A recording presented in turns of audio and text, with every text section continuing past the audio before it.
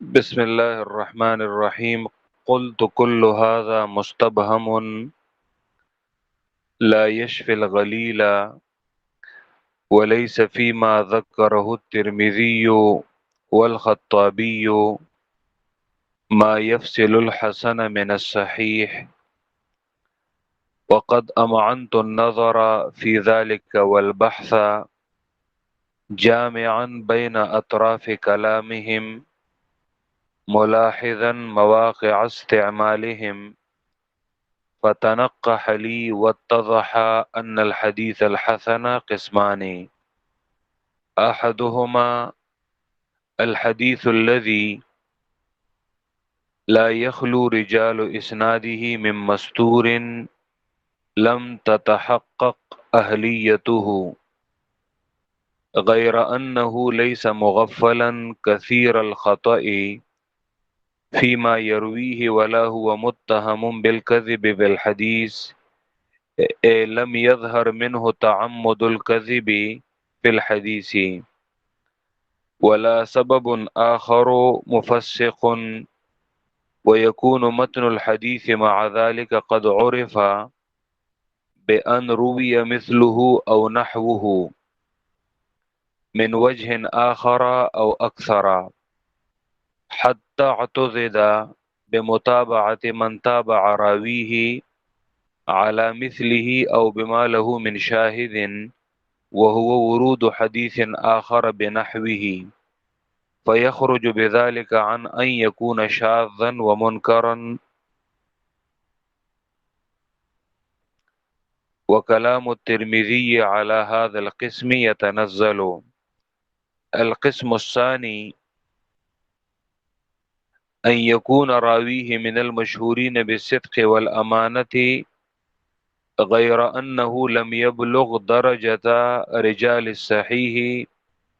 لكونه يقصر عنهم في الحفظ والإتقان، وهو مع ذلك يرتفع عن حال من يعد ما ينفرد به من حديثه منكرا، ويعتبر في كل هذا مع سلامة الحديث من أن يكون شاذا ومنكرا سلامته من أن يكون معللا. وعلى القسم الثاني يتنزل كلام الخطابي،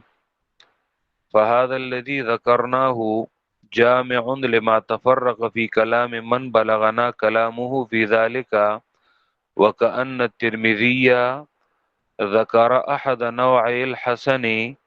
وذكر الخطابي النوع الآخر، مقتصرا كل واحد منهما على ما رأى أنه يشكل، معرضا عما رأى أنه لا يشكل، أو أنه غفل عن البعض وذهل، والله أعلم. هذا تأصيل ذلك.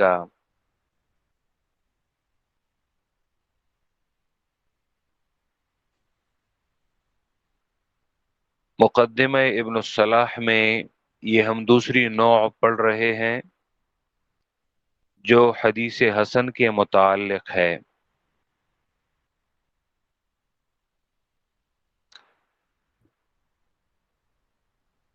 حدیث حسن کے متعلق ہے۔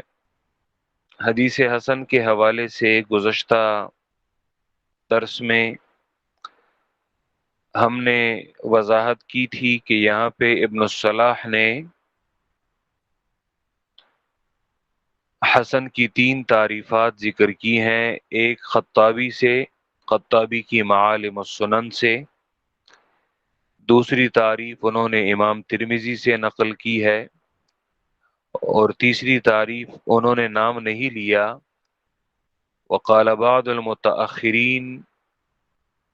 کے الفاظ سے انہوں نے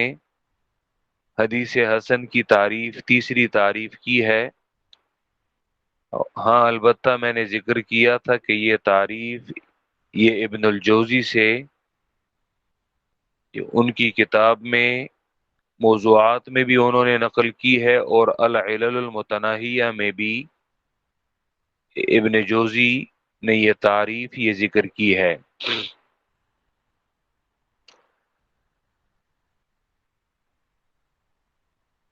متقدمین کے ہاں حسن کا جو اطلاق ہے تو اس میں کافی تنوع پایا جاتا ہے، اور متقدمین جیسے امام بخاری، امام احمد ابن حنبل، علی ابن المدینی، اور ان کے علاوہ اور بہت سارے علماء، وہ علماء کہ جنہیں اس باب میں ایک ان کا نام ہے اور انہیں ایک مقام حاصل ہے، تو ان کے نزدیک حسن کا اطلاق مختلف معانی پر ہوتا ہے، صحیح پر بھی ہوتا ہے، اور اسی طرح حسن کے دونوں معانی پر، وہ دو معانی جو متاخرین کے نزدیک حسن لذاتی اور حسن لغیرہ، تو ان پر بھی اطلاق ہوتا ہے، غریب پر بھی ہوتا ہے، منکر پر بھی ہوتا ہے،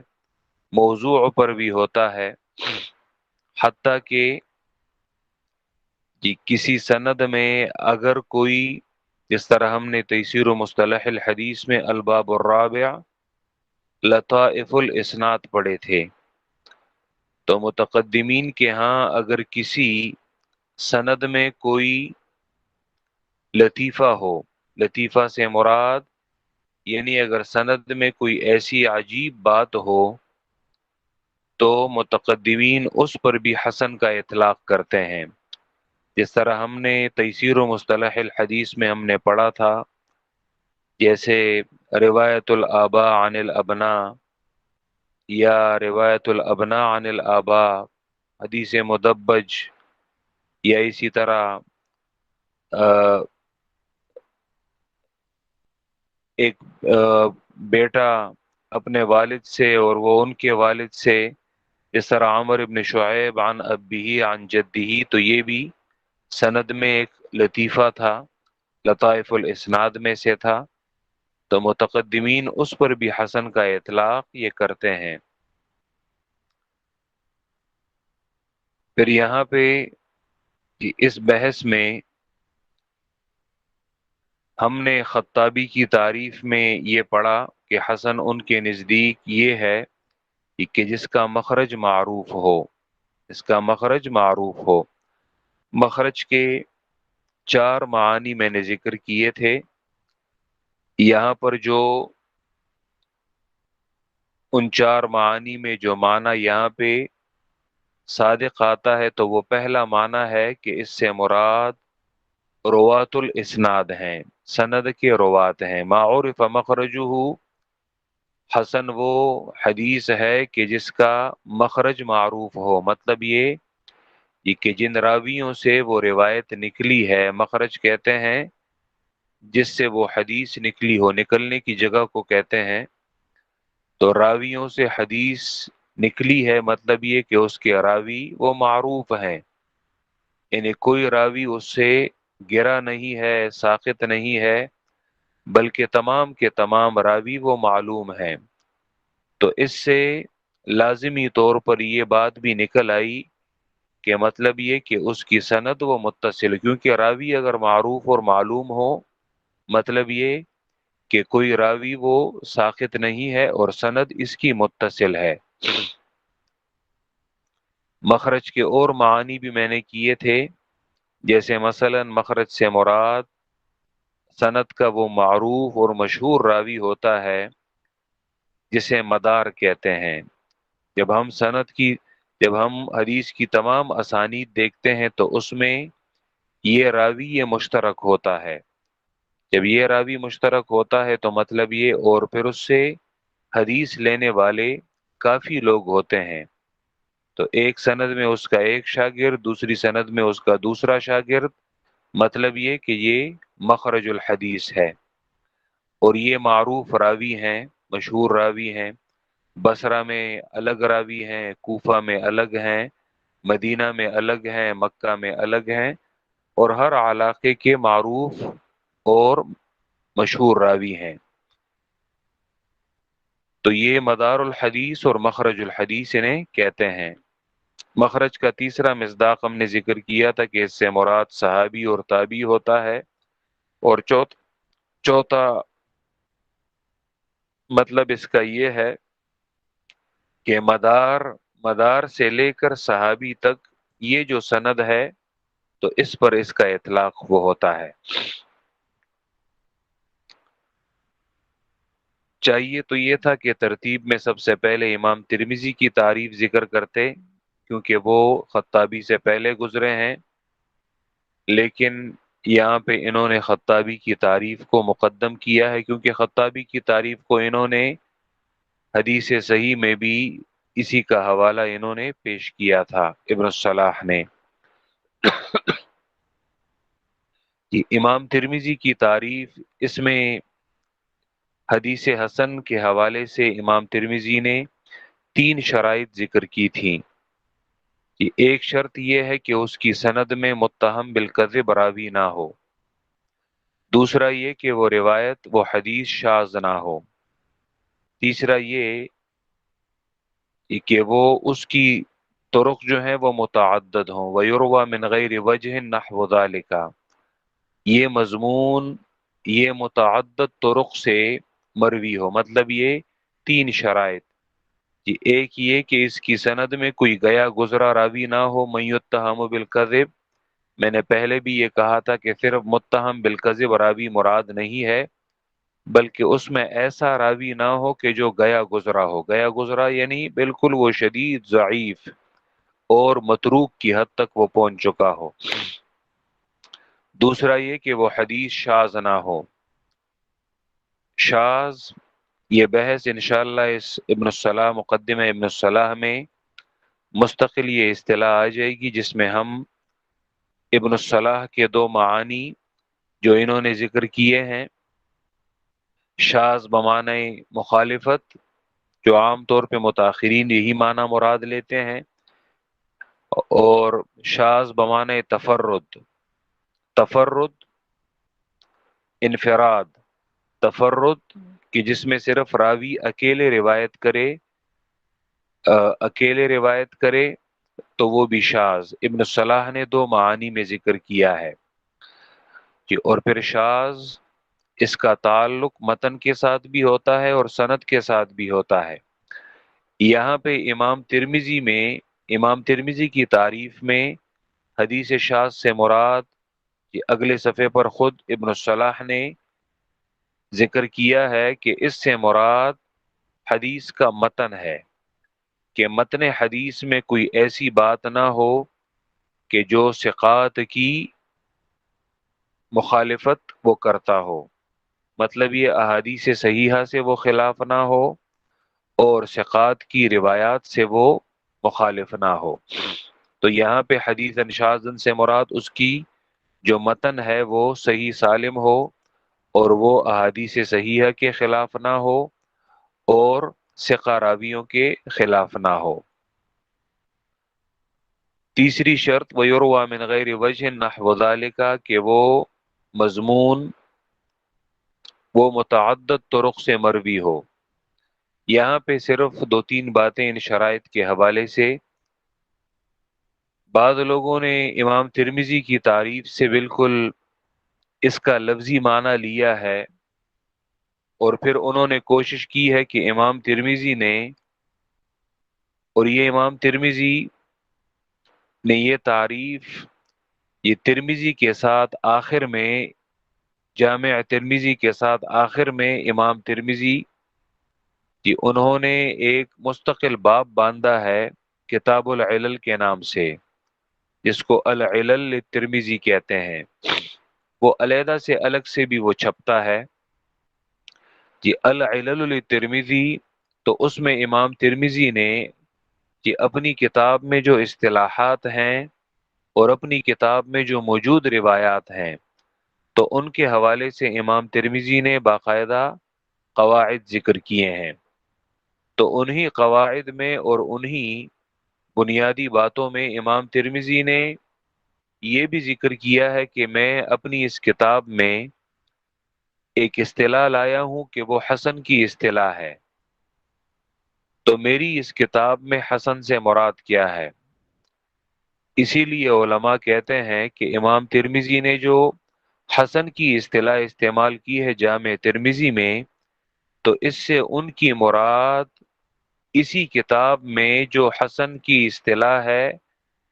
تو اس سے مراد ان کی یہی حسن ہے، یعنی وہ اصطلاح نہیں ہے کہ جو دیگر علماء کے نزدیک ہے کہ حسن کسے کہتے ہیں، بلکہ یہ امام ترمذی کی ایک خاص اصطلاح ہے، اور یقیناً یہ اصطلاح یہ امام ترمذی کی خاص اصطلاح ہے کہ جس سے مراد، اور انہوں نے خود یہ تعریف کی ہے کہ اللہ یکون فی اسنادہ من یتہم بالکذب ولا یکون حدیثا شاذا ویروى من غیر وجہ نحو ذلک، کہ جس روایت میں یہ تینوں شرائط موجود ہوں تو اس سے مراد حدیث حسن ہوگی، اور انہوں نے اپنی کتاب میں جو حسن روایات ذکر کی ہیں جن پر امام ترمذی نے حسن کا حکم لگایا ہے تو ان میں یہ تینوں شرائط موجود ہیں۔ اسی لیے اس حسن سے دیگر محدثین کے نزدیک جو حسن مراد ہے وہ مراد لینا تو یہ خطا ہے، اور جن لوگوں نے اس سے وہ مراد لی ہے تو یاد رکھیں انہوں نے خطا کی ہے۔ جی، اللہ یکون فی اسنادہ من یتہم بالکذب، آگے ابن الصلاح نے بھی اس عبارت کی وضاحت کی ہے، لیکن میں خلاصے کے طور پہ یہ ذکر کرتا ہوں کہ اس سے مراد یہ نہیں ہے کہ راوی متہم بالکذب نہ ہو، بلکہ اس سے مراد امام ترمذی کی یہ ہے کہ راوی اس درجے کا نہ ہو کہ وہ بالکل ترک کے درجے تک پہنچ چکا ہو، شدید ضعیف راوی ہو۔ مطلب اس سے مراد ان کی یہ ہے کہ متہم بالکذب راوی نہ ہو، تو اس میں کون کون سی راوی داخل ہو جاتے ہیں؟ تقریباً یعنی اس سے جو اچھے راوی ہیں وہ تمام داخل ہو جاتے ہیں۔ راوی متہم بالکذب نہ ہو، شدید ضعیف نہ ہو، تو اس میں شدید ضعیف نہ ہو، متہم بالکذب نہ ہو، یہ ثقہ راوی کو بھی شامل ہے کیونکہ وہ بھی متہم بالکذب نہیں ہوتا، وہ بھی شدید ضعیف نہیں ہوتا، تو اس سے مراد ثقہ راوی بھی ہے۔ اس سے مراد ثقہ سے تھوڑا سا نیچے صدوق راوی بھی ہے، کیونکہ ثقہ سب سے اعلیٰ ہوتا ہے اور پھر اس سے نیچے صدوق ہوتا ہے۔ اس سے مراد سیء الحفظ راوی بھی ہے، یہ کہ جس کے حافظے میں صدوق سے بھی تھوڑا سا یعنی حافظہ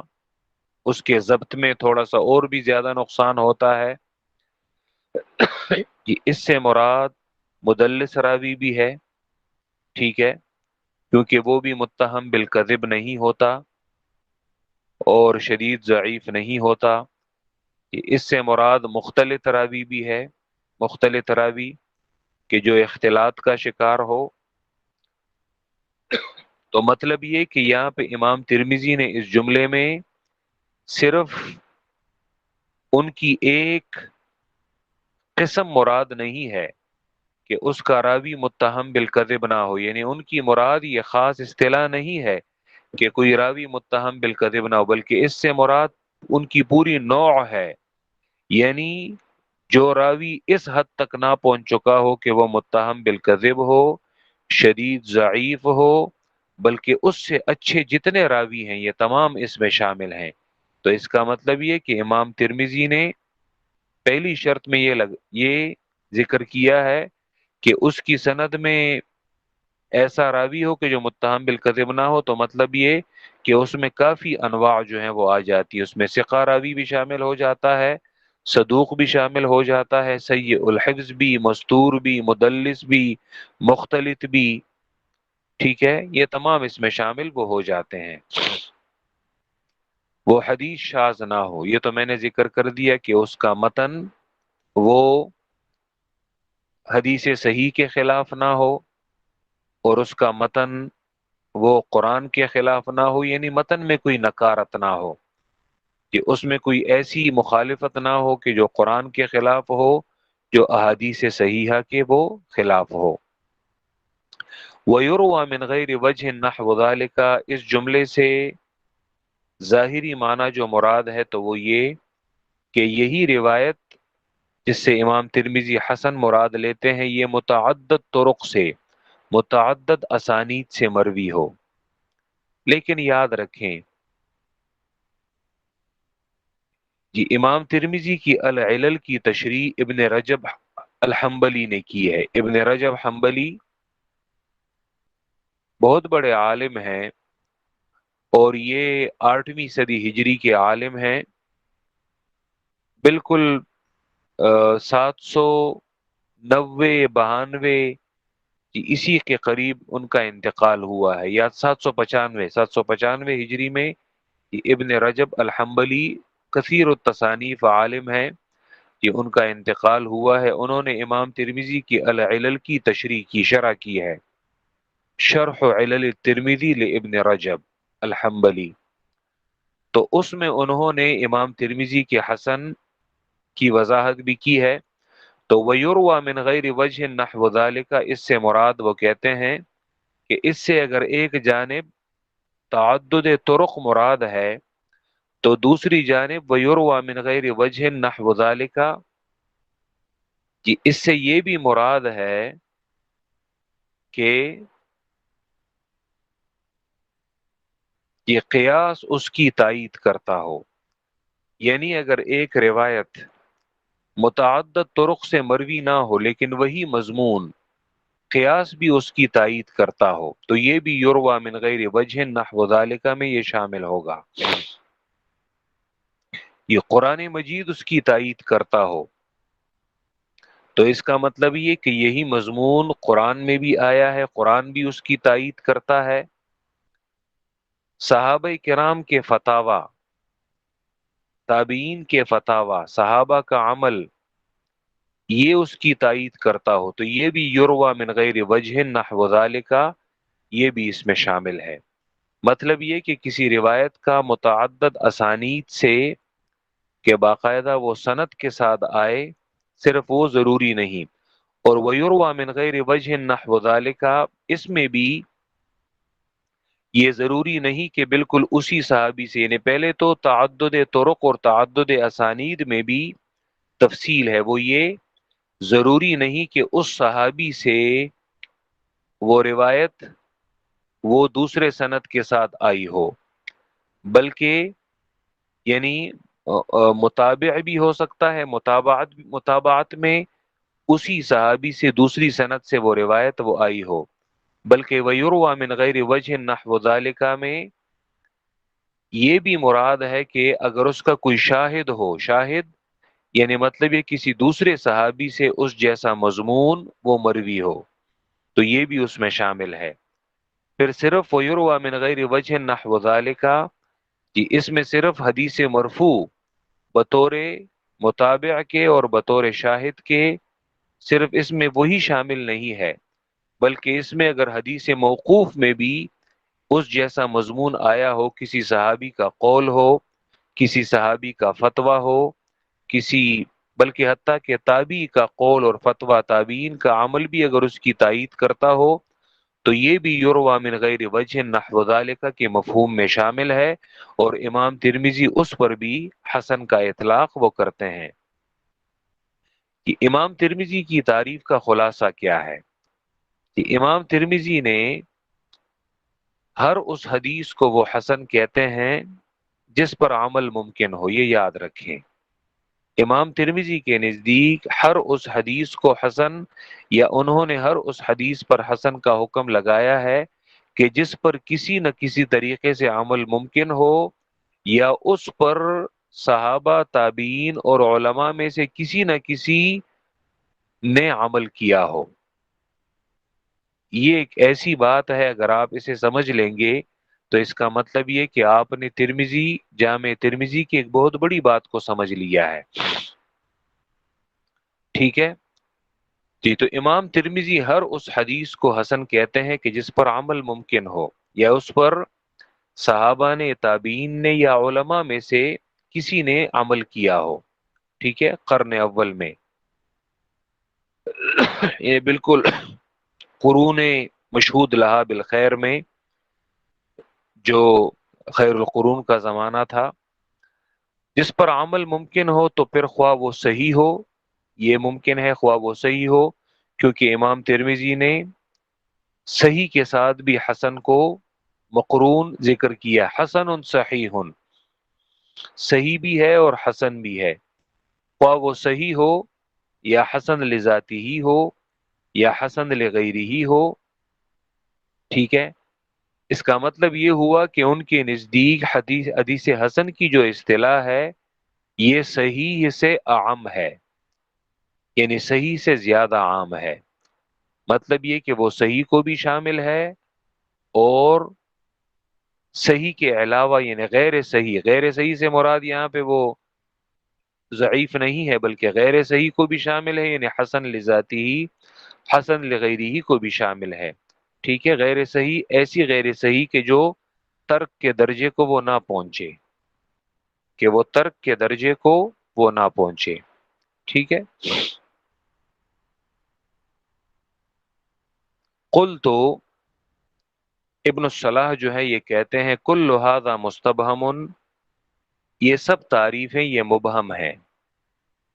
یہاں پہ ابن الصلاح نے ابن جوزی کی جو تیسری تعریف تھی قال بعض المتاخرین کے حوالے سے، یہاں پہ انہوں نے تو اسے سرے سے ذکر ہی نہیں کیا، بلکہ یہاں پہ صرف امام ترمذی اور خطابی کی تعریف کو انہوں نے لیا ہے۔ مطلب یہ کہ ابن الجوزی کی تعریف کہ ابن الصلاح کے نزدیک حدیث حسن کی تعریف اس سے بالکل واضح نہیں ہوتی، ابن الصلاح کے نزدیک، اگرچہ اس پر بھی بات ہو سکتی ہے لیکن ضرورت نہیں ہے۔ قل تو میں کہتا ہوں کل ھذا مستبہم، یہ سب کی سب تعریفیں، یہ جو تین تعریفیں میں نے ذکر کی خطابی، ترمذی اور ابن جوزی کے حوالے سے، مستبہم یہ مستبہم مبہم ہے، غیر واضح ہیں، لا یشفی الغلیلہ اور یہ پیاسے کی پیاس نہیں بجھاتی، ولیس فیما ذکرہ الترمذی والخطابی، یہ اور نہیں ہے فیما ان تعریفوں میں، کن تعریفوں میں، ذکرہ الترمذی جس کو ترمذی نے ذکر کیا ہے، اللہ یکون فی اسنادہ من یتہم بالکذب، اور خطابی نے ذکر کیا ہے الحسن ما عرف مخرجہ واشتہر رجالہ، اور نہیں ہے ان تعریفوں میں کہ جن کو ذکر کیا ہے ترمذی نے اور خطابی نے، کیا نہیں ہے ان میں، ماں ایسی قید نہیں ہے، یہ ایسی وضاحت نہیں ہے، یفصل الحسن ایسی قید نہیں ہے، یفصل الحسن من الصحیح کہ جو جدا کرے حسن کو صحیح سے۔ مطلب یہ ہے کہ امام ترمذی اور خطابی کی تعریف اگر ایک جانب حسن کو شامل ہوتی ہے تو دوسری جانب وہ صحیح کو بھی شامل ہے، یعنی انہوں نے ایسے عام الفاظ استعمال کیے ہیں کہ وہ بیک وقت اگر حسن کو شامل ہیں تو یہی تعریفیں یہ صحیح کو بھی شامل ہیں۔ کیوں؟ جیسے خطابی کی تعریف دیکھ لیں، ما عرف مخرجہ، وہ حدیث کے جس کا مخرج معلوم ہو، تو جس طرح حسن کا مخرج معلوم ہوتا ہے، اس کے راوی جو ہے وہ معلوم ہوتے ہیں، اس کی سند متصل ہوتی ہے، تو اسی طرح صحیح حدیث میں بھی ہم نے پڑھا ما اتصل سندہ، اس کے بھی مخرج معلوم ہوتے ہیں، راوی سارے کے سارے وہ معروف ہوتے ہیں اور اس کی سند بھی متصل ہوتی ہے، واشتہر رجالہ، اور اس کے راوی جو ہیں وہ مشہور ہوں، صدق میں، امانت میں، ضبط میں وہ مشہور ہوں، تو یہ تعریف اگر حسن پر صادق آتی ہے تو دوسری جانب صحیح کے بھی راوی وہ معروف اور مشہور ہوتے ہیں صدق و امانت میں۔ تو یہاں پہ تعریف میں ایسی کوئی قید نہیں ہے کہ جو حسن کو صحیح سے جدا کرے، صحیح کو حسن سے جدا کرے۔ اسی طرح میں نے کہا کہ امام ترمذی کی تعریف میں اللہ یکون فی اسنادہ من یتہم بالکذب، میں نے کہا کہ اس کی سند میں متہم بالکذب راوی نہ ہو، تو میں نے کہا کہ یہ ثقہ کو بھی شامل ہے، صدوق کو بھی شامل ہے، تو ثقہ کو بھی شامل ہے، اور صحیح کی تعریف میں، صحیح کی سند میں تمام راوی وہ ثقہ ہوتے ہیں۔ تو یہ تعریف اگر ایک جانب کمزور راویوں کو شامل ہے تو دوسری جانب ثقہ راویوں کو بھی شامل ہے، تو اسی لیے ابن الصلاح کہتے ہیں کہ ولیس فیما ذکرہ الترمذی والخطابی، اور نہیں ہے ان تعریفوں میں کہ جنہیں ترمذی اور خطابی نے ذکر کیا ہے، ما وہ ایسی قید نہیں ہے یفصل الحسن من الصحیح، کہ جو حسن کو صحیح سے جدا کرے، مطلب یہ کہ دونوں کو شامل ہیں۔ وقد امعنت النظر، اب خود ابن الصلاح جو ہیں وہ وضاحت کر رہے ہیں کہ میں نے کافی غور و فکر کیا ہے، اور میں نے محدثین کے کلام میں کافی تدبر کیا ہے، ٹھیک ہے، اور میں نے ان کے کہ انہوں نے کہاں کہاں پہ حسن کی اصطلاح کو استعمال کیا ہے، تو آخر میں اس نتیجے پر پہنچا ہوں کہ حسن، حدیث حسن کی دو قسمیں ہیں۔ تو انہوں نے وہی خطابی کی تعریف، احدہما پہلی قسم میں انہوں نے ترمذی کی تعریف کی وضاحت کی ہے، اور دوسری قسم میں انہوں نے خطابی کی تعریف کی وضاحت کی ہے کہ اصل میں کہ امام ترمذی کی تعریف میں حدیث حسن کی ایک قسم مراد ہے، انہوں نے نام نہیں لیا کہ کون سی قسم مراد ہے، بعد میں پھر اسی قسم کو ابن حجر نے حسن لغیرہ کا نام دیا ہے، ابن الصلاح نے نام نہیں دیا حسن لغیرہ کا، لیکن انہوں نے یہ کہا ہے کہ اصل میں خطابی کی تعریف میں حدیث حسن کی ایک قسم مراد ہے، اور امام ترمذی کی تعریف میں حدیث حسن سے دوسری قسم مراد ہے۔ بعد میں ابن حجر نے خطابی کی تعریف میں جو حدیث حسن ہے اسے حسن لذاتی کا نام دیا ہے، اور امام ترمذی کی تعریف میں ابن حجر نے اسے نام حسن لغیرہ دیا ہے، ابن الصلاح نے یہ نام نہیں دیے۔ وقد امعنت النظر فی ذلک، کہ اور میں نے اس کے متعلق یا اس باب میں، حسن کے باب میں نے بڑی گہرائی سے، جی امعان کہتے ہیں بڑی گہرائی سے، النظر غور و فکر کیا ہے، والبحث اور بڑی گہرائی سے میں نے بحث کی ہے، مطلب یہ کہ میں نے بڑی گہرائی سے اور ہر طرف سے اس معاملے میں، حسن کے باب میں اور حسن کی اس اصطلاح میں نے بڑا غور و فکر کیا ہے۔ جامعاً اس حال میں، جامعاً بین اطراف کلامہم، اس حال میں کہ جمع کیے ہیں محدثین کے مختلف کلاموں کو، جی اطراف اصل میں جمع ہے طرف کی، طرف کنارے کو کہتے ہیں، ٹھیک ہے، یعنی محدثین کے اقوال، مختلف اقوال کو اس نے مختلف کناروں سے تعبیر کیا ہے، مطلب یہ کہ اس اختلاف کو انہوں نے کناروں سے تعبیر کیا ہے، کہ ایک محدث کا قول ایک کنارے پر تھا اور دوسرے کا قول دوسرے کنارے پر تھا، مطلب یہ کہ ان کے کلام میں اختلاف تھا، ہر کوئی الگ الگ کنارے پر اس کا قول تھا، تو اس لیے ہم نے یہاں پہ یہ کلامہم کے ساتھ اطراف یعنی اختلاف سے ہم نے اس کی اس کا معنی کیا ہے۔ جامعاً بین اطراف کلامہم، اس حال میں نے یہ غور و فکر کیا ہے کہ جمع کیے ہیں میں نے بین اطراف کلامہم، محدثین کے مختلف کلاموں کو میں نے جمع کیا ہے، ملاحظاً اور اس حال میں کہ میں نے رعایت کی ہے اور میں نے لحاظ کیا ہے، یعنی میں نے مد نظر رکھا ہے، یہ میرے مد نظر تھا، یعنی میرے علم سے وہ چیز باہر نہیں تھی اور میں نے اس کو بھی مد نظر رکھا ہے، میں نے لحاظ کیا ہے، ملاحظاً اس بات کا لحاظ کرتے ہوئے، مواقع استعمالہم، محدثین کے استعمال کے مواقع کو، یعنی محدثین نے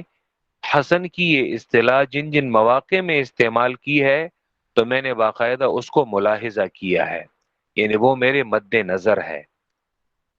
میں نے ان کے مختلف اقوال کو دیکھا ہے، انہیں جمع کیا ہے، اور میں نے ان کے استعمال کے، محدثین کے استعمال کے مختلف مواقع کو میں نے ملاحظہ کیا ہے، یعنی میں نے باقاعدہ پڑھا ہے اور میں نے اس میں غور و فکر کیا ہے، تو کیا ہوا ہے، فتنقح لی واتضح، تنقع اور واتضح اتضاح ایک ہی معنی ہے، تو یہ بات میرے سامنے واضح ہوئی ہے، تنقی ہوئی ہے میرے سامنے اور واضح ہوئی ہے میرے سامنے، ان تمام مختلف اقوال کو جمع کرتے ہوئے، ان استعمالات کو ملاحظہ کرتے ہوئے، اس غور و فکر کے نتیجے میں میرے سامنے یہ بات واضح ہوئی ہے اور میں اس نتیجے پر پہنچا ہوں ان الحدیث الحسن قسمان، کہ حدیث حسن کی دو قسمیں ہیں۔ یہ احدہما، ان میں سے ایک قسم یہ ہے کہ الحدیث الذی، وہ حدیث ہے لا یخلو رجال اسنادہ من مستور لم تتحقق اہلیتہ، یہ کہ جس کی سند کے راوی خالی نہ ہوں، من مستور، ایسے مستور راوی سے، لم تتحقق اہلیتہ، یہ کہ جس کی اہلیت متحقق یعنی ثابت نہ ہو۔ مطلب یہ کہ اس کی، آسان الفاظ میں اگر میں اسے تعبیر کروں تو مطلب یہ، ابن الصلاح یہاں پہ کہتے ہیں کہ اس کی سند میں ایسا مستور راوی ہو کہ جس کی اہلیت، اہلیت سے مراد یہاں پہ عدالت ہے، کہ جس کی عدالت وہ ثابت نہ ہو۔ ٹھیک ہے، عدالت ثابت نہ ہو کیا مطلب؟ یعنی محدثین نے اس مستور راوی کے بارے میں نہ جرح کی ہو اور نہ تعدیل کی ہو۔ لم تتحقق اہلیتہ سے مراد یہ ہے۔ ٹھیک ہے، لیکن یاد رکھیں یہاں پہ انہوں نے، اب یہ امام ترمذی کیونکہ احدہما اسی عبارت کے آخر میں یہ کہتے ہیں وکلام الترمذی علی ھذا القسم یتنزل، مطلب یہ کہ اس عبارت میں یہ امام ترمذی کی اس تعریف کی وضاحت کر رہے ہیں کہ اگرچہ یہاں پہ ابن الصلاح نے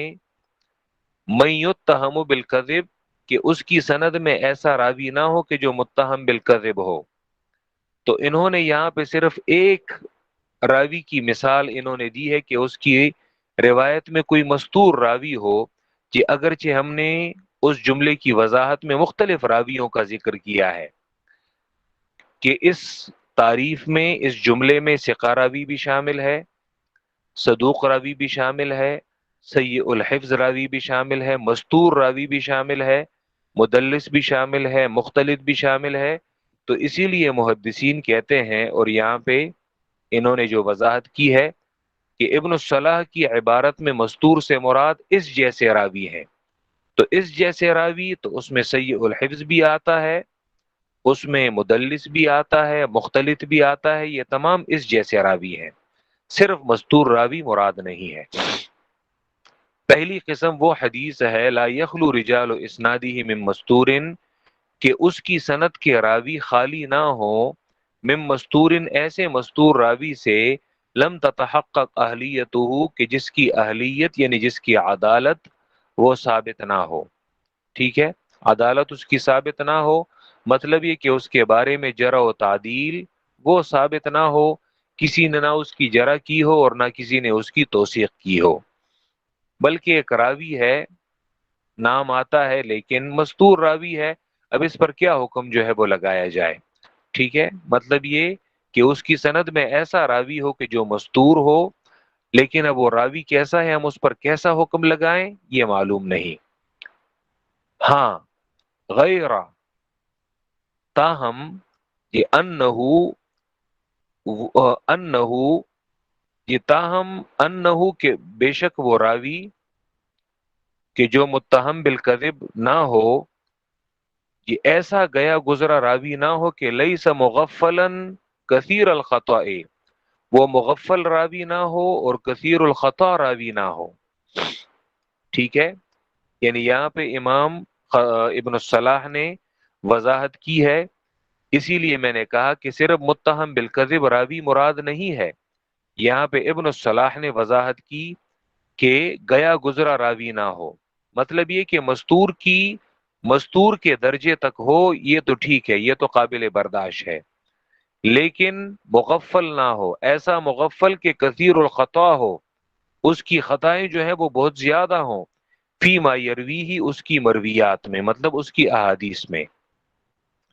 یہ تاہم وہ راوی، ایسا راوی نہ ہو کہ وہ مغفل کثیر الخطا ہو، فی ما یروی ہی، اپنی مرویات اور اپنی احادیث میں، ان احادیث میں کہ جو اس نے روایت کی ہیں۔ ٹھیک ہے، ولا هو متہم بالکذب فی الحدیث،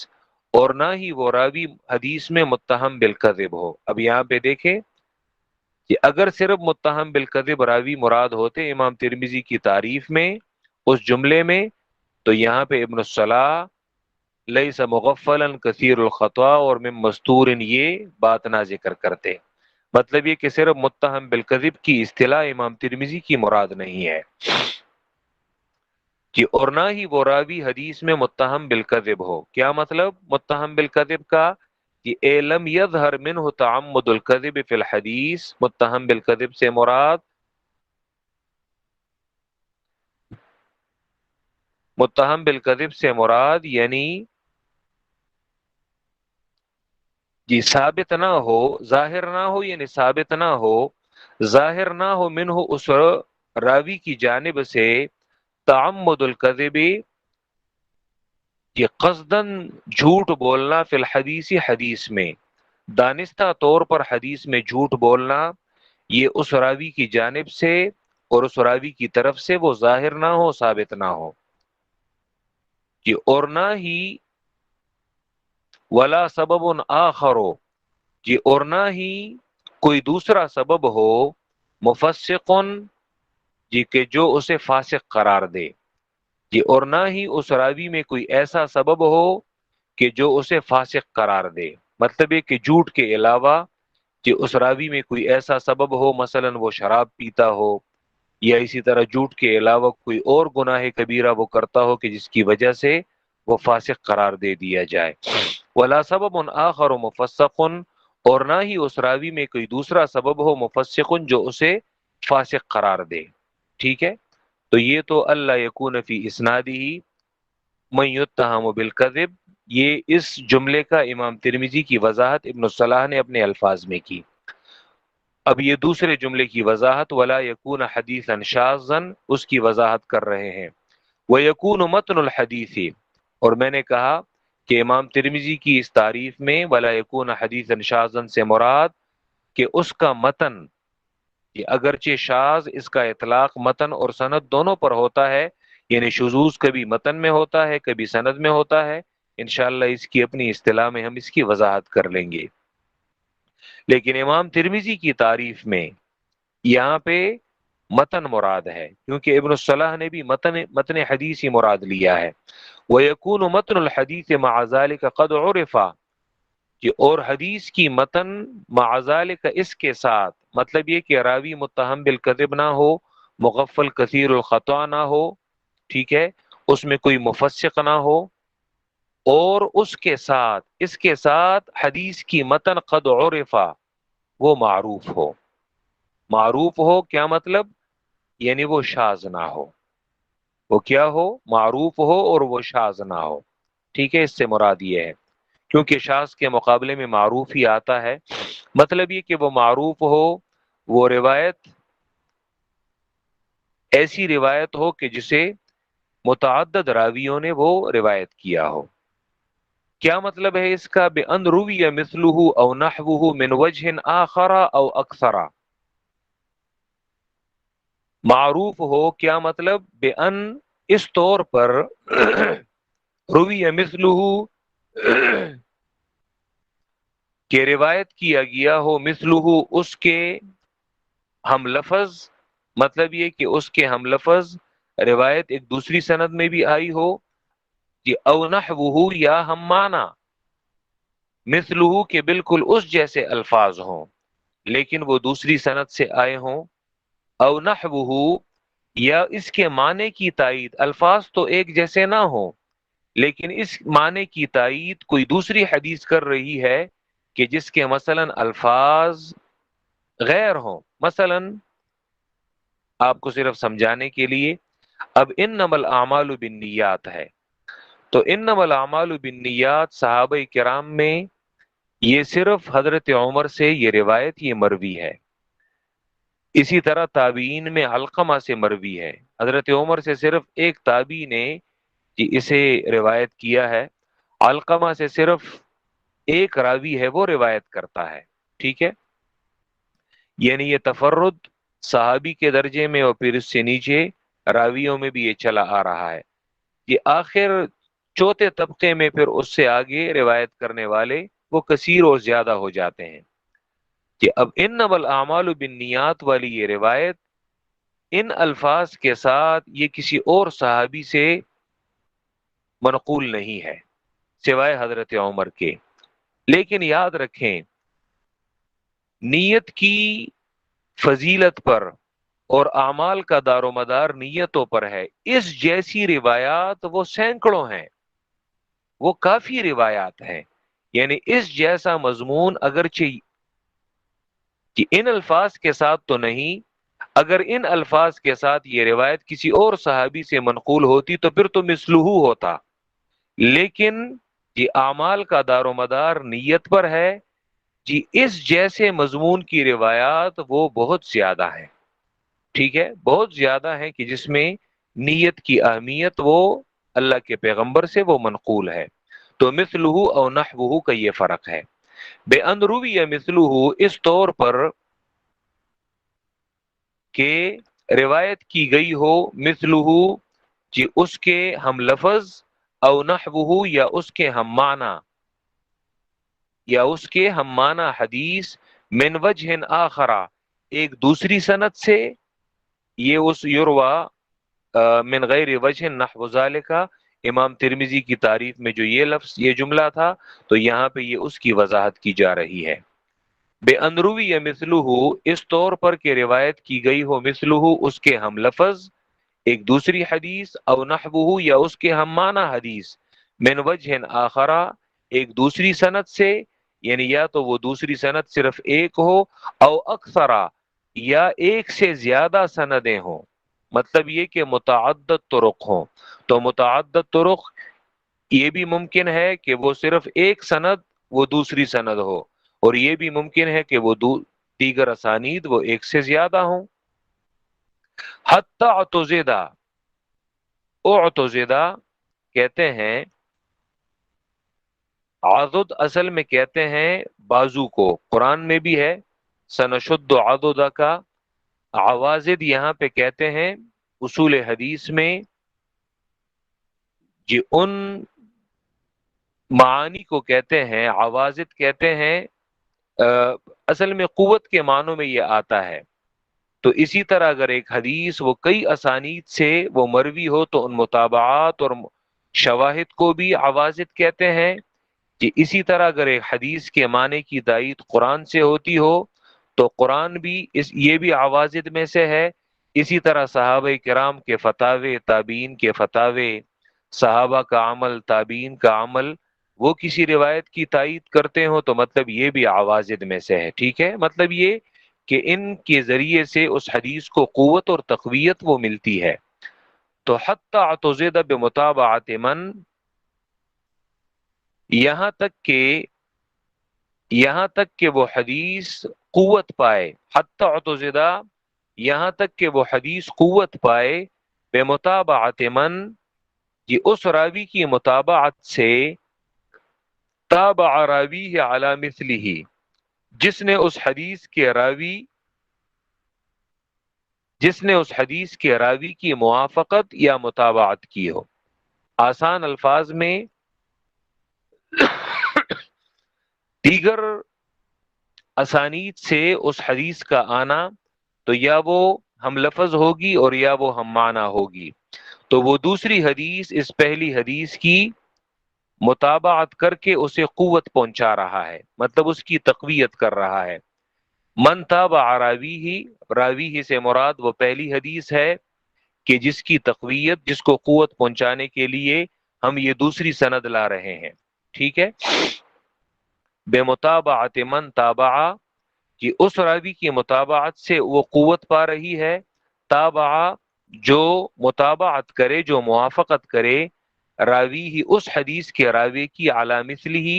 اس جیسے الفاظ کے لاتے ہوئے. مطلب یہ کہ وہ دوسری سند میں بھی اس جیسے الفاظ موجود ہیں اور وہ پہلی سند کو تقویت پہنچا رہی ہے. یا اس جیسے الفاظ تو نہیں ہے، او بما یا اس چیز سے قوت پائے، وہ پہلی سند بما اس چیز سے قوت پائے، لہو جو اس حدیث کے لیے من شاہدن کوئی شاہد ہو مطلب یہ کہ اس صحابی سے روایت تو نہیں ہے، کوئی دوسرے صحابی سے ایک دوسری سند کے ساتھ ہمیں ایک روایت وہ مل رہی ہو، کیونکہ تیسیر و مصطلح الحدیث میں آپ نے متابع اور شاہد اس کے بارے میں پڑھا تھا۔ متابع اس میں وہی صحابی متحد ہوتا ہے، اور شاہد میں صحابی مختلف ہو جاتا ہے، مطلب یہ کہ کسی دوسرے صحابی سے وہ دوسری سند وہ آ رہی ہو، یہ او بما یا اس چیز سے قوت پائے وہ حدیث کہ جس کے لیے ہم یہ متابعات اور شواہد لا رہے ہیں، بما لہو من شاہدن کہ اس کے لیے من شاہدن کوئی حدیث ہو، کوئی شاہد ہو۔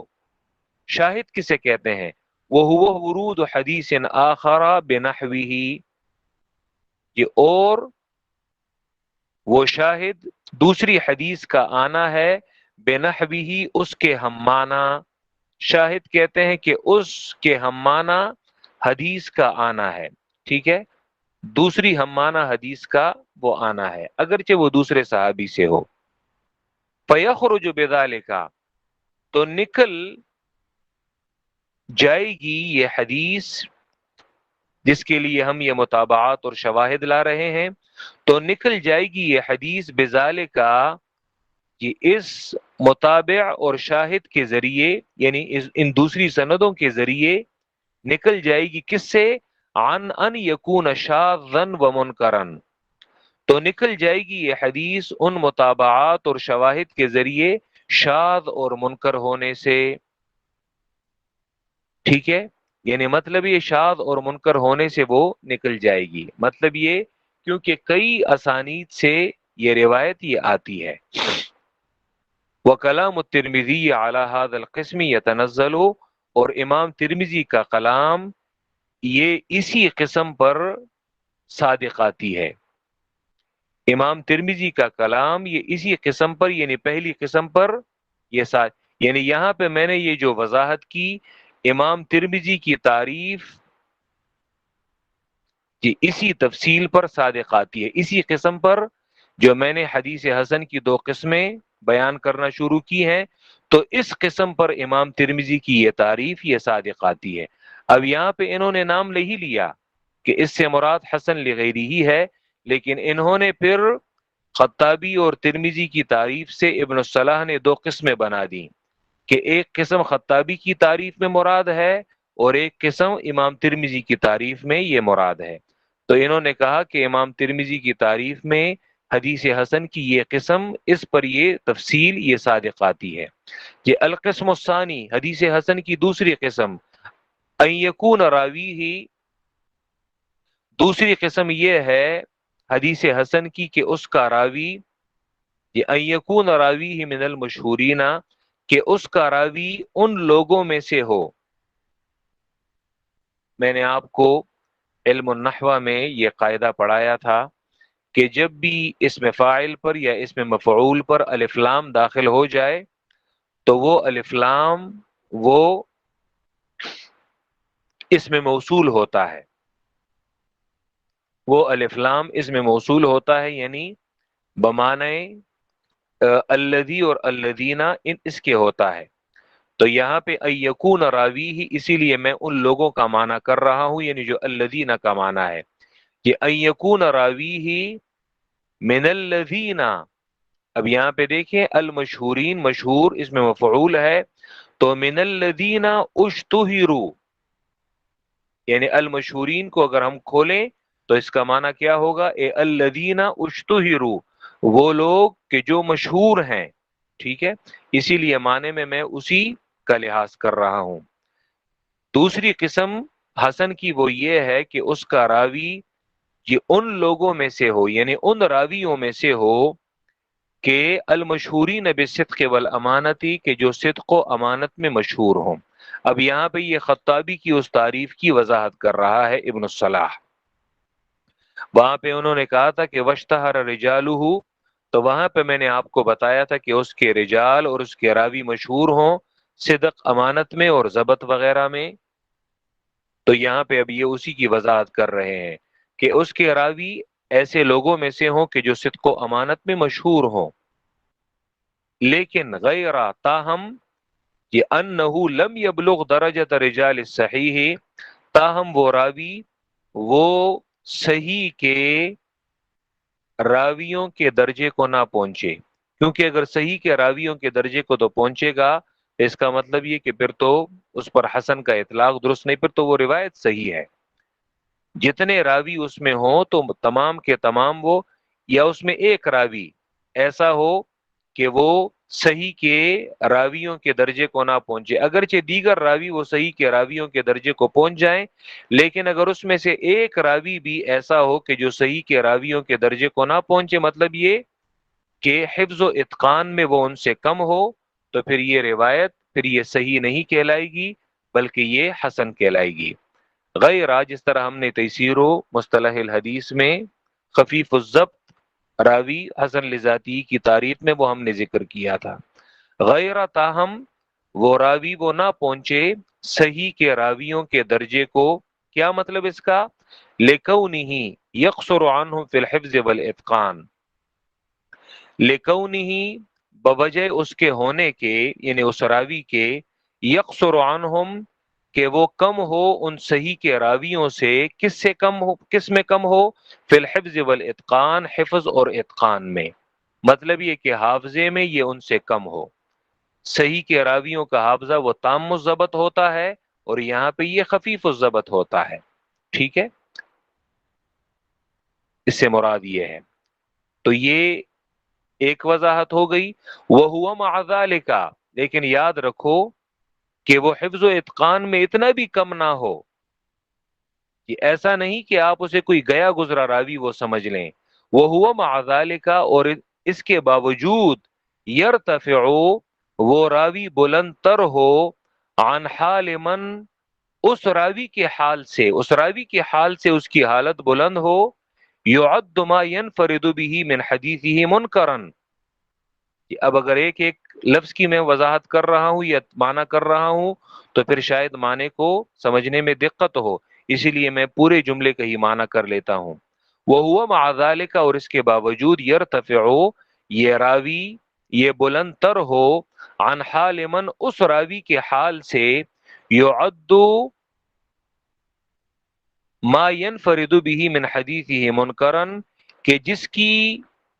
متفرد حدیث کو منکر سمجھا جاتا ہو، کہ جس کی متفرد حدیث کو منکر سمجھا جاتا ہو، ٹھیک ہے، کیا یا اگر دوسرے الفاظ میں دو جملوں میں ہم اسے ذکر کریں جی، کہ جس کی حدیث کو منکر سمجھا جاتا ہو، کہ جس حدیث میں اس نے تفرد کیا ہو، یعنی جسے وہ اکیلے روایت کرتا ہو اور کوئی اور اسے روایت نہ کرتا ہو، تفرد اسے کہتے ہیں، کہ اکیلے یہی روایت کر رہا ہے اور کوئی اور راوی اس کا متابع نہیں ہے، اس کی متابعت نہیں کر رہا، اس کی موافقت نہیں کر رہا۔ يعد ما ينفرد به من حدیثه منکرا،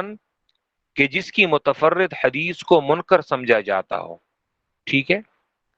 وَيُعْتَبَرُ فِي كُلِّ هَذَا، اور اعتبار کیا جاتا ہے فی کل لہذا ان تمام امور میں، یعنی ان تمام امور میں ایک اور چیز کا بھی اعتبار کیا جاتا ہے، ٹھیک ہے، اور وہ کیا ہے؟ آگے وہ آ رہا ہے، سلامتہ من ان یکون معللا، اس بات کا بھی اعتبار کیا جاتا ہے۔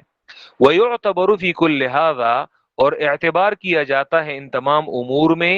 مع سلامت الحدیث من ان یکون شاذا ومنکرا، اس کا اعتبار بھی کیا جاتا ہے کہ حدیث شاذ اور منکر سے سلامت اور محفوظ ہو، اور اس کے ساتھ ساتھ مع سلامت الحدیث من ان یکون شاذا ومنکرا، کہ وہ حدیث شاذ اور منکر سے سلامت اور محفوظ ہو، اس کے ساتھ ساتھ اس کا اعتبار بھی کیا جاتا ہے سلامتہ من ان یکون معللا، کہ وہ حدیث وہ معلل ہونے سے بھی سلامت اور محفوظ ہو۔ کہ آسان الفاظ میں اس کے راوی صدق و امانت میں مشہور ہوں، لیکن صحیح کے راویوں کے درجے تک وہ نہ پہنچے، مطلب کیا ہے؟ حفظ و اتقان میں ان سے تھوڑے سے کم ہو، ایک یہ شرط ہوئی۔ دوسرا یہ وہ راوی ایسا نہ ہو کہ جی اس راوی کی حالت سے وہ بلند تر ہو، کس راوی کی حالت سے بلند تر ہو کہ جس راوی کی متفرد روایت کو منکر سمجھا جاتا ہو، مطلب اس کی روایت کو منکر، یعنی اگر یہ تفرد بھی کرے تو اس کی روایت کو منکر نہیں سمجھا جاتا، اور اس سے ایک گیا گزرا راوی وہ ہوتا ہے کہ اس کی منکر کو تسلیم نہیں کیا جاتا اگر وہ تفرد کرے، اسی لیے جی اس روایت کی راوی اگر وہ تفرد بھی کرے تو اسے قبول کیا جاتا ہے، ٹھیک ہے، اس کی روایت کو، اس کی حدیث کو منکر نہیں سمجھا جاتا۔ ساتھ میں یہ بھی ہے کہ اس کی روایت وہ شاذ اور منکر نہ ہو، شاذ منکر نہ ہو مطلب یہ مخالفت نہ کرتا ہو، اور ایک شرط یہ ہے کہ وہ روایت وہ معلل بھی نہ ہو، ٹھیک ہے۔ وعلی القسم الثانی، اور حدیث حسن کی اس دوسری قسم پر یتنزل صادق آتی ہے، صادق آتا ہے کلام الخطابی، خطابی کی تعریف اور خطابی کا کلام، مطلب یہ خطابی نے جو حسن کی تعریف کی ہے تو اس حسن کی دوسری قسم وہ خطابی کے کلام سے وہ ہمیں معلوم ہوتی ہے کہ آگے یہ کہتے ہیں فہد الذی ذکرناہ، بس یہ تفصیل جو ہم نے ذکر کی، جامع، یہ جامع ہے، جمع کرنے والی ہے یہ تفصیل، لما تفرق فی کلام من بلغنا کلامہ فی ذالک، یہ جامع ہے لما، جی ان متفرق کلاموں کا، ان متفرق کلاموں کو جمع کرنے والی ہے، جی جن کا کلام حسن کے بارے میں ہمیں پہنچا تھا، مطلب یہ کہ محدثین کا کلام تو میں اس سے پہلے آپ کو ذکر کر چکا ہوں کہ ان کا کلام اس حوالے سے کافی مختلف ہے، بین اطراف کلامہم، اس حوالے سے کافی متفرق ہے اور کافی مختلف اقوال ان کے ملتے ہیں، لیکن میں نے جو تفصیل کی تو یہ جن محدثین کا کلام ہمیں پہنچ چکا ہے تو یہ تفصیل کہ ان تمام مختلف اور متفرق کلاموں کو جمع کرنے والی ہے۔ وَكَأَنَّ التِّرْمِذِيَّ، گویا کہ ترمذی نے حسن کی ایک نوع اور ایک قسم کو ذکر کیا ہے اور خطابی نے حسن کی دوسری قسم کو ذکر کیا ہے۔ وَكَأَنَّ التِّرْمِذِيَّ، اور گویا کہ ترمذی نے ذکر کیا ہے احد نوعی الحسن، حسن کی دو نوعوں میں سے ایک نوع کو ترمذی نے ذکر کیا ہے، وَذَكَرَ الْخَطَّابِيُّ النَّوْعَ الْآخَرَ، اور خطابی نے حسن کی دوسری نوع اور دوسری قسم کو ذکر کیا ہے۔ کیسے؟ مختصراً کل واحد منہما علی ما رآ انہ یشکل، جی اس حال میں کہ جی ان دونوں میں سے ہر ایک نے اکتفا کیا ہے، مختصراً اختصار کیا ہے یعنی اکتفا کیا ہے، اس حال میں کہ ان دونوں میں سے ہر ایک نے اکتفا کیا ہے، علامہ اسی قسم پر اکتفا کیا ہے، رآ جو اس نے دیکھا، انہ یشکلو کہ یہ مشکل ہے، کہ یہ مشکل ہے۔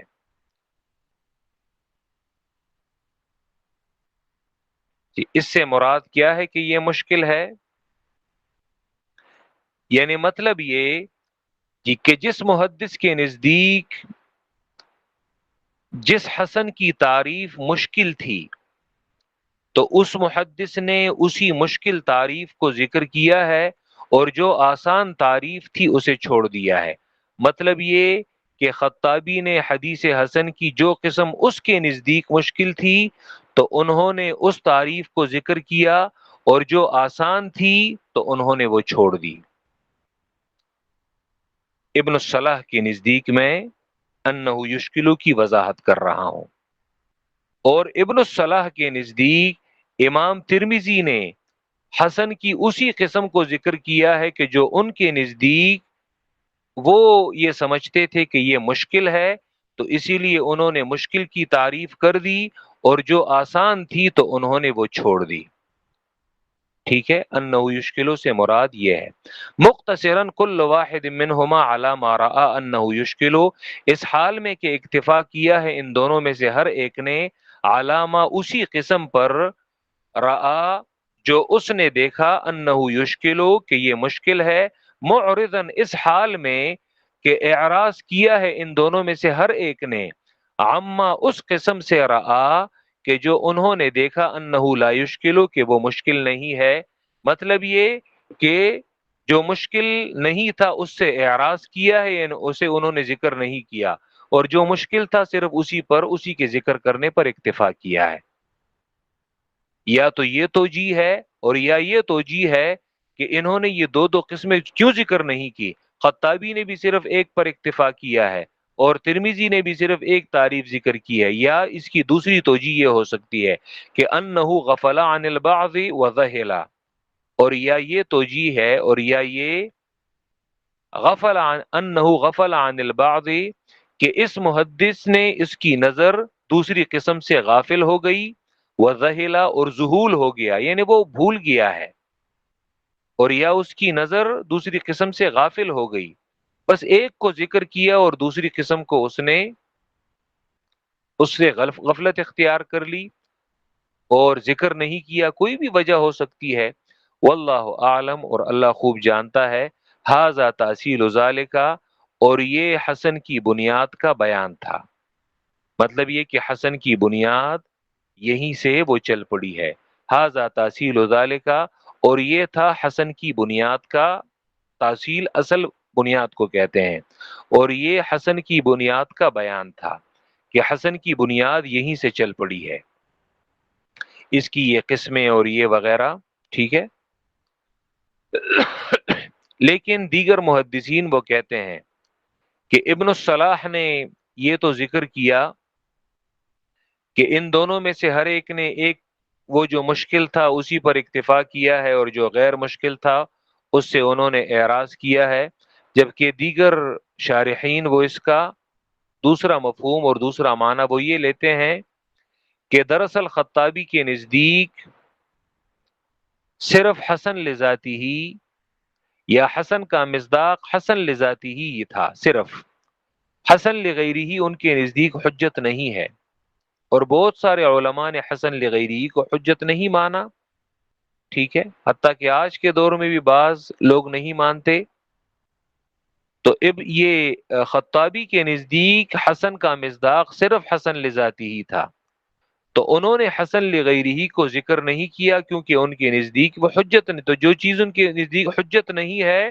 تو اسے حسن کی تعریف میں وہ کیسے شامل کر سکتے ہیں؟ اسی لیے اس کو سرے سے ضرورت ہی نہیں ہے کہ یا ان سے ذہول ہو چکا ہے، اور یا ان کے نزدیک چونکہ حسن لغیرہ آسان تھا تو اسی وجہ سے انہوں نے وہ ذکر نہیں کیا، بلکہ اس کی یہ تعبیر بھی ہو سکتی ہے کہ ان کے نزدیک صرف ایک حجت ہو اور وہ دوسرا سرے سے حجت ہی نہ ہو۔ جبکہ امام ترمذی نے ان کے نزدیک حسن لغیرہ، انہوں نے حسن لغیرہ کی تعریف کی ہے، اگرچہ میں نے ذکر کر دیا کہ امام ترمذی کی یہ تعریف یہ صرف حسن لغیرہ کو شامل نہیں ہے، بلکہ ان کی تعریف میں بہت عموم ہے کہ جو صحیح کو بھی شامل ہے، حسن لذاتی کو بھی شامل ہے، حسن لغیرہ کو بھی۔ لیکن یہ صرف میں بعض شارحین کی توجیہ ذکر کر رہا ہوں کہ یہاں پہ انہوں نے ابن الصلاح پر استدراک کیا ہے، تعقب کیا ہے کہ اصل میں یہ تعبیر سرے سے کرنی ہی نہیں چاہیے، بلکہ امام ترمذی نے حسن لغیرہ کی تعریف کی ہے، کیونکہ حسن لذاتی ان کے نزدیک یہ صحیح کی اقسام میں داخل تھا، لہذا امام ترمذی نے اس کی تعریف کی کوئی ضرورت ہی محسوس نہیں کی۔ امام ترمذی نے صرف اسی کی ضرورت محسوس کی، ٹھیک ہے، کہ جو صحیح کی تعریف میں شامل نہیں تھا، تو امام ترمذی نے حسن کی وہی تعریف ذکر کی جو حسن لغیرہ کو شامل ہے، حسن لغیرہ ان کے نزدیک حجت ہے، اور حسن لذاتی کو انہوں نے اس لیے ذکر نہیں کیا کہ ان کے نزدیک وہ صحیح کی قسم میں شامل تھا، ٹھیک ہے۔ وآخر دعوانا ان الحمد للہ رب العالمین۔